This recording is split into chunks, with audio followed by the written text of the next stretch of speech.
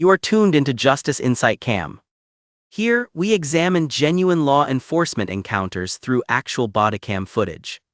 Rather than just watching, we investigate the underlying truths, legal principles, and key lessons of every stop. Let's pursue justice together. Hey! Hands up! Step away from the door! This is my studio. I'm unlocking my door. You don't belong here. That key could be stolen. I'm not resisting. Check the sign. Check the paperwork inside. Stop arguing. Get on the ground now. Stop resisting. I'm not resisting. Please, just... The first impact wasn't the tackle. It was the sound. A hard plastic-on-concrete clack that came from somewhere near his feet, his key fob, or maybe the little metal ring he'd kept since he was 19, the one with the first studio key he ever earned back when he was sweeping floors and dreaming big. That sound hit the alley before his body did. Then came the body, a black man in a worn leather jacket, one shoulder carrying a rolling case with cables and pedals, the other hand still half raised like he was about to punch a code into the keypad. Except now he was airborne, yanked sideways by momentum and authority, and slammed into the pavement like the night had decided it hated him. His cheek scraped the ground, his breath left in one sharp burst, and above him, a voice that didn't sound confused, or cautious, or even curious. It sounded certain. "Stop resisting!" He hadn't even understood he was being arrested yet. He was just unlocking his own studio. This is the story of how a musician building a life out of sound got turned into a suspect in the exact place he'd poured his savings into. How a single officer's snap decision became a viral clip, a brutal injury, and a long legal fight. And how, in the end, a city found itself staring at a $2.9 million judgment because a jury decided something simple. A key in your hand should never be treated like a weapon. His name was Darius Monroe. If you'd met him in the daytime, sunlight, coffee, a normal conversation, you would have noticed his hands first. They were the hands of somebody who lived in the tiny details. Calluses on the fingertips, knuckles nicked from hauling gear. That musician's habit of tapping rhythms unconsciously on a table like the world is always one beat away from a chorus. Darius wasn't famous, not the kind of name that makes strangers ask for selfies. He was something else. Reliable, the kind of musician other musicians called when the pressure was real and the clock was ugly. He played guitar, produced tracks, mixed vocals, and, this mattered most, he'd finally opened his own studio after years of renting time in other people's rooms, other people's rules, other people's schedules. The place wasn't glamorous. It was tucked into a warehouse strip where the streetlights didn't quite reach the corners. A row of roll-up doors, a back entrance with a keypad, a small sign he'd ordered online that read, Monroe Sound Studio B. It had taken him 3 years to get there. 3 years of gig money, wedding band weekends, late-night mixing for rappers who paid in cash, saving receipts like they were proof of survival. 3 years of being careful, not just financially, socially. Because Darius had learned, young, that a black man with expensive equipment is always one accusation away from becoming a story someone else gets to write. So he ran his studio like it was a promise.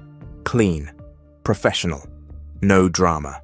Clients loved him because he made them sound better than they thought they could, and because he treated people like their art mattered, even when they were broke, nervous, or both. On the night everything happened, Darius wasn't doing anything risky. He wasn't partying. He wasn't creeping around. He was working. A singer had booked a late session, someone with a day job who could only record after the world went quiet. Darius had left a friend's birthday dinner early, grabbed his gear, and drove across town thinking about levels and harmonies, and whether the vocal booth fan was still making that annoying hum. He pulled into the lot around 10:40 p.m. The air was cold and damp, the kind of night where the city feels like it's holding its breath. He rolled his case across cracked asphalt, the wheels rattling. He reached the keypad at the back door. He punched in the code. The lock clicked, and right then, right at that thin, ordinary moment between outside and inside, headlights swung into the lot like a spotlight looking for a target. A patrol car, fast, too fast for routine. Brakes hissed, a door slammed, and a voice barked through the night like it already knew the ending. "Hey, hands! Let me see your hands!" Darius froze, not because he was guilty, but because his brain did what so many brains have been trained to do: calculate. Where are my hands? Where are the cameras? Where is the safest way to stand so I don't look wrong? He turned, palms open. "I'm the owner," he said immediately. "This is my studio." The officer didn't ask. "Owner of what?" Didn't say, "Okay, what's your name?" Didn't say, "We got a call. Can you help me understand what's going on?" He crossed the distance like the explanation didn't matter, like the only thing that mattered was control. "Get on the ground!" Darius took a half step back, instinct, surprise, fear, toward the open door he'd just unlocked, and the officer read that half step as a threat, or pretended to. The tackle happened so fast it looked like a collision, a shoulder into ribs, a grab at the jacket. Darius went down hard, his case tipped, spilled, clattered, cables and pedals skidding across the pavement like the night itself had been ripped apart. His face hit the ground, his wrist twisted under him, and the officer's knee pinned him like this was the climax of a heroic chase, instead of a man being attacked outside his own business. "Stop resisting!" the officer shouted again. Darius wheezed. "I'm not resisting," he gasped, cheek against cold concrete. "I can't breathe." The officer didn't hear that as a medical warning. He heard it as noise. Quick question for you watching. Where are you watching from? City, state, country? Drop it in the comments. Because what happened to Darius didn't happen in a vacuum. These stories show up in suburbs, downtowns, small towns, anywhere someone's fear gets to wear a uniform. And if you care about what happens when everyday life collides with power, hit like and subscribe. It helps more people find these cases, and it tells the algorithm these stories deserve daylight. Now, back to the parking lot, because the next 2 minutes are where a misunderstanding turns into a lawsuit. Darius tried to talk. That's the part people don't understand until they've lived it. You think you can explain your way out of danger? You think a sentence like, "I own this place," is a magic key that unlocks basic dignity. But in that moment, Darius's words didn't land as information. They landed as defiance. The officer yanked his arms behind his back, one wrist bending at a sharp angle that made Darius's vision flare white. "ID!" the officer demanded. "It's in my wallet," Darius said, voice muffled against the pavement. "Back pocket." The officer didn't go for the wallet. He went for the cuffs. Metal clicked shut. And suddenly, Darius wasn't a business owner. He was an arrestee, a suspect, a problem that had been handled. Across the lot, a second figure appeared, someone stepping out of a neighboring unit after hearing the shouting. A man in a hoodie, phone up, recording. A doorbell-style security camera mounted near a loading bay blinked its little red light. Another camera on the corner of the building angled toward the lot, catching the scene in grainy wide shot. A patrol car, one officer, and a man face down on the asphalt outside an open door. From inside the studio, the singer who was supposed to record that night heard the noise through the walls and froze. She was early, waiting inside with a bottle of water and a notebook, heart racing. She saw the officer through the small interior window. She saw Darius on the ground, and she did what people do when reality becomes unbelievable. She grabbed her phone. "Officer!" she shouted through the door. "That's Darius! He owns this place!" The officer jerked his head toward the sound, irritated. "Stay inside!" Like she was the threat now. Darius lifted his face slightly, cheek smeared with grit. "Please," he said, not proud anymore, not even angry, just human. "Check the lease, check the sign, check anything." The officer finally grabbed Darius's wallet, flipped it open, pulled the driver's license, and the moment he saw the address, his posture shifted. Not relief, not apology, something worse. A quiet recalculation. Because the address on Darius's license didn't match the studio. It was his apartment across town. Of course it was. People don't update IDs the second they sign a lease on a commercial unit. They don't print new addresses for every place they work. But the officer treated that normal gap like it was proof. "This doesn't say you own anything," he snapped. Darius, pinned, cuffed, breathing shallow, tried one more time. "I can show you documents," he said. "My name's on the lease. The business license is inside. The alarm company." The officer cut him off. "I got a call about a break-in," he said. "You match the description." "What description?" Darius asked, voice trembling now, not from fear of being caught, but from fear of being crushed by a story that was never his. The officer didn't answer, because the description was the oldest one in the book. Black man, at night, near property, suspicious, that word that can turn ordinary into criminal in one breath. The call had come from a nearby office building, the kind where the lights go off at 6 p.m., but the security cameras never sleep. A private security guard saw someone in the lot, saw the door open, and decided it looked wrong. He didn't recognize Darius because he didn't have to. He wasn't paid to know the community, he was paid to report threats. So he called the police and used the language that gets a fast response. Possible burglary, man at the back door, acting suspicious. And when the officer rolled up, he arrived not as a question mark, but as an exclamation point. Darius was taken to the station, not in a dramatic chase, not with sirens, just in the dull, humiliating way people get processed like objects. In the back seat of the cruiser, his shoulder throbbed. His wrist felt wrong, sharp pain radiating up his arm every time the car hit a bump. He stared at the cage divider and tried to control his breathing. He thought about his studio, the open door, the gear scattered outside, the singer alone inside. He thought about how fast a dream can become a mess. At the station, the tone softened, but not enough. A desk sergeant looked at the report, looked at Darius, looked at the time. "Why is he here?"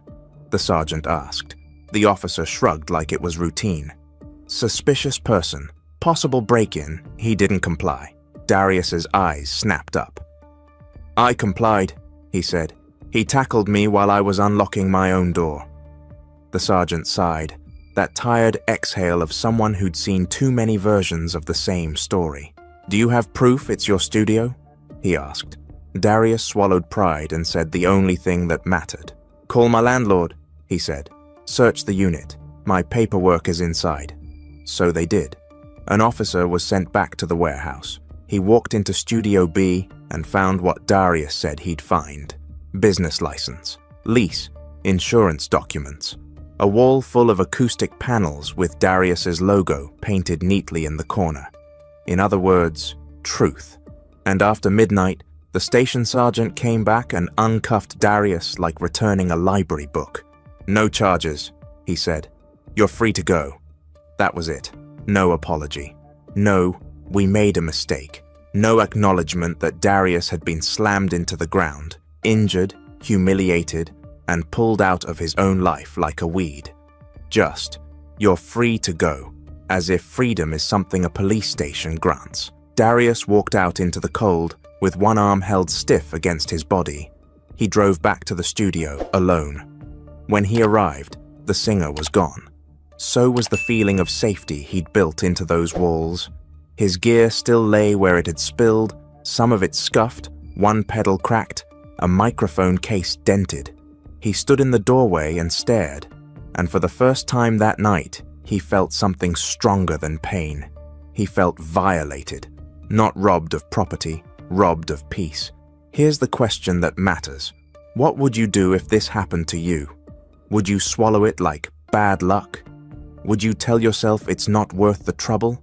Or would you do the thing that scares systems the most? Document it, name it, and force an answer. Because Darius went home that morning and couldn't sleep. His shoulder wouldn't let him. His wrist screamed every time he moved it. and his mind replayed the tackle like a looping clip. By sunrise, he'd already made 2 decisions. 1, he was going to the ER for imaging. 2, he was getting the footage. Medical records don't care about narratives. They just record damage.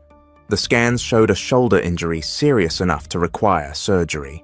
Rotator cuff tear, the kind that doesn't heal with "take it easy." His wrist had a fracture. Not catastrophic, but enough to sideline a musician whose entire living depended on precise movement. The doctor asked, "How did this happen?" And Darius had to say it out loud. "A cop tackled me," he said, "outside my own studio." The doctor's face tightened in a way that said he didn't want to get involved, but he couldn't pretend he hadn't heard it. "Do you have that documented?" he asked quietly. Darius nodded. "I'm going to," he said. Getting the footage took time. It always does. That's another part people don't understand. Evidence doesn't float into your hands just because you were wronged. You have to chase it. Darius filed public records requests. He asked for body cam footage, dispatch logs, the incident report. He asked the warehouse management for security video. He asked his neighboring unit for the clip the man in the hoodie recorded. And slowly, piece by piece, his night became a file. The body cam video was the worst. Not because it contradicted Darius, because it captured exactly what Darius remembered. And still, the officer's report described it differently. The report said Darius attempted to flee into the building. It said Darius refused commands. It said Darius physically resisted. But the camera showed a man turning toward a door he'd just unlocked, palms open, explaining. The camera showed the officer closing distance, tackling before verifying anything. The camera showed Darius pinned, gasping. Do you think the report was a mistake? Or do you think it was a choice? Drop your answer in the comments, because that question became central later, when lawyers started asking whether this was a misunderstanding or a cover story. A week after the injury, Darius had to cancel sessions, then gigs, then a small local tour he'd booked months earlier. Money stopped, clients drifted. In creative work, momentum is oxygen, and Darius felt himself suffocating, not because he didn't have talent, but because one violent night had ripped his routine apart. He tried to power through. He did some mixing with one hand. He coached artists, verbally, when he couldn't physically adjust equipment. But it wasn't the same. And his studio, a place he'd built to feel like control, now felt like a trap. Every time he approached the back door, he thought about headlights. Every time a car slowed in the lot, his body tensed. He found himself looking over his shoulder, inside his own building. That's the hidden cost in these stories. It isn't just bruises, it's what it teaches your nervous system. At first, the city treated Darius like a problem that would go away if ignored. A complaint was filed internally. It was under review. Weeks passed, no meaningful response, no discipline anyone could see. The officer remained on duty. So Darius called an attorney, not because he wanted a payday, because he wanted a line drawn in ink that said, this was not normal. His attorney, an experienced civil rights litigator named Tessa Caldwell, watched the body cam and didn't flinch. She just paused the video at the moment before the tackle. Right there, she said. That's the whole case. Darius swallowed. I don't want to be famous, he said.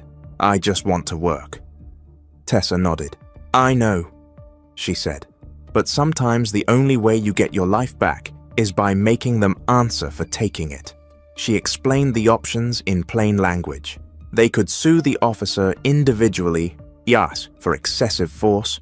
They could sue the city for failing to train, supervise, and for policies that allowed this to happen. They could seek damages for medical costs, lost income, and pain.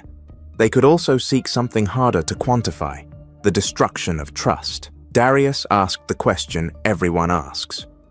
Will I win? Tessa's answer was honest. Nothing is guaranteed, she said. But juries understand one thing very clearly.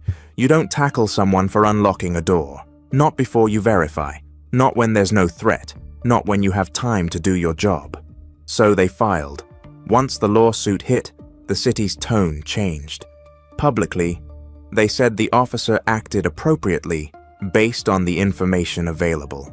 They leaned on phrases like split-second decision, officer safety, reasonable suspicion. But behind the scenes, they did what cities always do when a camera exists. They watched the footage, they watched it again, and they pictured it on a courtroom screen with a jury watching in silence. Because the footage didn't show danger. It showed impatience. It showed escalation. It showed a man getting punished for being present. Discovery is where polite stories die. It's where emails get pulled, training records get examined, complaint histories get dragged into daylight.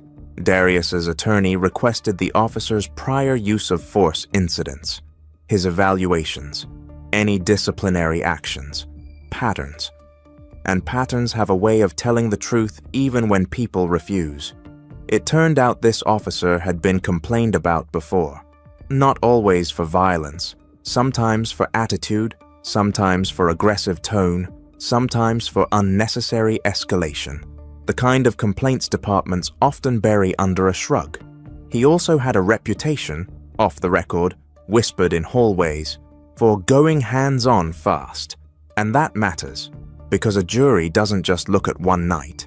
A jury looks at whether a city saw a problem and ignored it until someone got hurt badly enough to sue. The city offered a settlement early, a number that sounded big to normal people, but small to someone whose shoulder had been surgically repaired and whose business had been shaken. Darius turned it down, not because he wanted revenge, because he wanted accountability that could be seen. He wanted policy changes, training, acknowledgement. He wanted the city to say, in some form, this shouldn't have happened. The city wouldn't.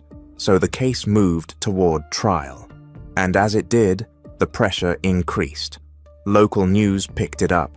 The neighbors' footage made the rounds online. Musicians and artists started talking about it publicly, not as politics, but as survival. This could have been me, one producer said. I record late too, another wrote. A story that started in a dark lot became a community mirror, and the city began to realize something. They weren't just defending an officer, they were defending a philosophy, one that treated black presence as probable cause. Trial days have their own kind of silence, a heavy, carpeted hush that makes every sound feel too loud. Darius sat at the plaintiff's table in a suit that didn't quite feel like him, his injured shoulder still stiff under the fabric. Across the room sat the city's attorneys. The officer sat behind them, face tight, eyes forward.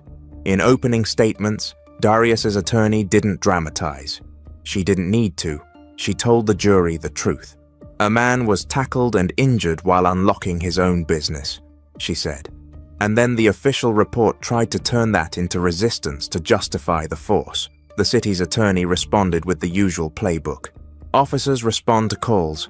They don't have the luxury of knowing everyone's intentions. This was a fast-moving situation. Then the plaintiff's attorney pressed play. The body cam footage filled the courtroom with night sounds.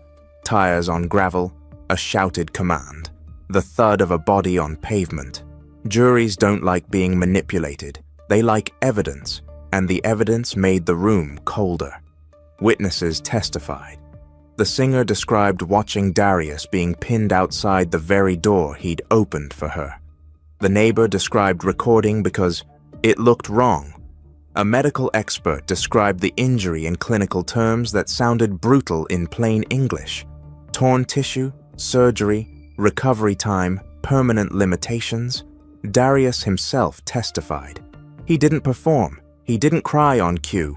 He just explained what it felt like to be treated as a threat in a place he'd built with his own money. I wasn't trying to run, he said. I was trying to go inside. That's where my paperwork was. That's where my client was. That's where my life was. The city's attorney tried to press him. So you did move toward the building? Yes, Darius said, because it was mine. So you didn't comply? Darius stared at him. I put my hands up, he said. I spoke calmly. I said I was the owner. What else was I supposed to do? Teleport into being believed?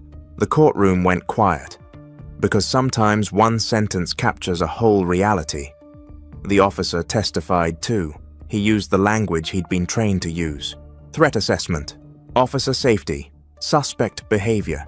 But under cross-examination, those words started to collapse. Did you see a weapon? The attorney asked. No. Did he threaten you? No. Did he take a fighting stance? No. Did he strike you? No. Did you verify whether he owned the studio before you tackled him? The officer hesitated. I believed he was attempting to flee, he said. The attorney lifted the report. You wrote he attempted to flee, correct? Yes. She turned to the screen, paused the footage at the moment Darius steps toward the door. That is the door he unlocked, she said. You can hear the lock click. You can see the door open. Is that correct? The officer looked. Yes. And you tackled him anyway. Silence. The jury watched him. He finally said, yes. The attorney didn't shout. She didn't need to. Officer, she said, is it possible you interpreted a black man stepping toward his own door as flight because you had already decided he didn't belong there? That question didn't just land on the officer. It landed on the room, because the jury knew exactly what was being asked. They deliberated for hours, not days, hours. And when they came back, the foreperson read the verdict in a voice that sounded steady but carried weight. Liability, damages. A total judgment of $2.9 million in that number was everything the city had refused to say out loud. This was wrong. This caused harm, and harm has a cost. After the verdict, the city tried to manage the story.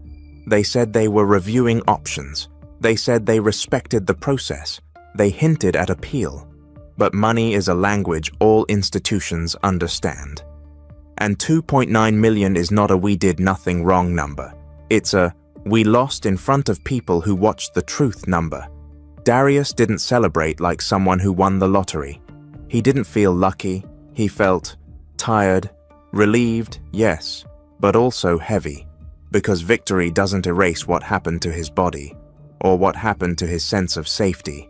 It doesn't erase the fact that for months he'd approached his studio door like it might bite him. But it did something important. It shifted the burden.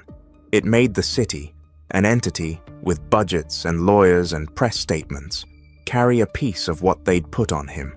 And that matters, not just for Darius, for everyone who unlocks a door at night and wonders if they'll be believed. In the months afterward, the studio recovered slowly. Like a wound closing, some clients returned, some didn't. But Darius rebuilt in small ways. He installed brighter lights in the lot. He added a visible sign near the entrance with his name and business license number. He adjusted his scheduling so fewer late sessions happened alone. Not because he should have to, because reality taught him he did. He also started talking to younger artists about something he never wanted to be an expert in: what to do when police show up, how to keep your hands visible, how to narrate your movements, how to survive being misunderstood by people with power. That's the tragic part. The knowledge passed down isn't always about music. Sometimes it's about staying alive long enough to make it. So what does this story actually show? It shows how fast suspicious can become physical, how quickly a call framed by fear can become force-framed as procedure, how easy it is for a report to be written in a way that justifies what never needed to happen. And it shows something else too. Accountability is possible, but it often arrives late, expensive, and only after someone's life has been disrupted enough to become a case file. A lot of people want these stories to end with a clean lesson. Just comply. Just don't be out late. Just make yourself smaller. But that's not a lesson. That's surrender disguised as advice. Darius did what he was supposed to do. He built a business. He worked hard. He had a key in his hand. And still, his existence got treated like probable cause. The real lesson is harder and more honest. Systems don't change because they feel guilty.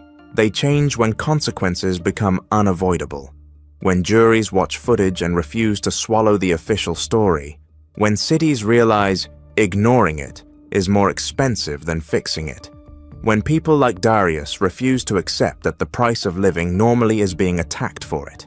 Let me leave you with this. Picture that moment again.